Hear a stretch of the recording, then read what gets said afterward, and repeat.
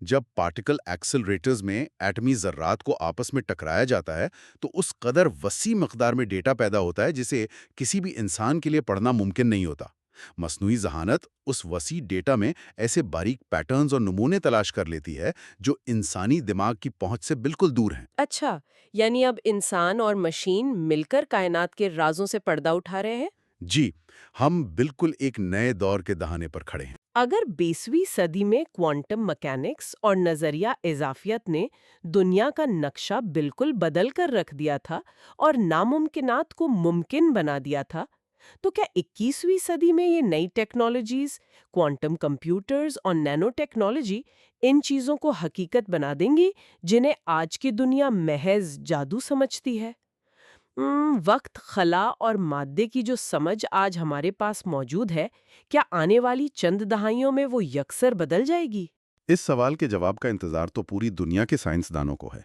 کائنات کے اسرار کی تہہ آہستہ آہستہ کھل رہی ہیں، اور ہر نیا اصول جو ہم فزکس کی مدد سے دریافت کرتے ہیں وہ ہمیں صرف یہ بتاتا ہے کہ اس لامحدود کائنات میں ابھی کتنا کچھ جاننا باقی ہے۔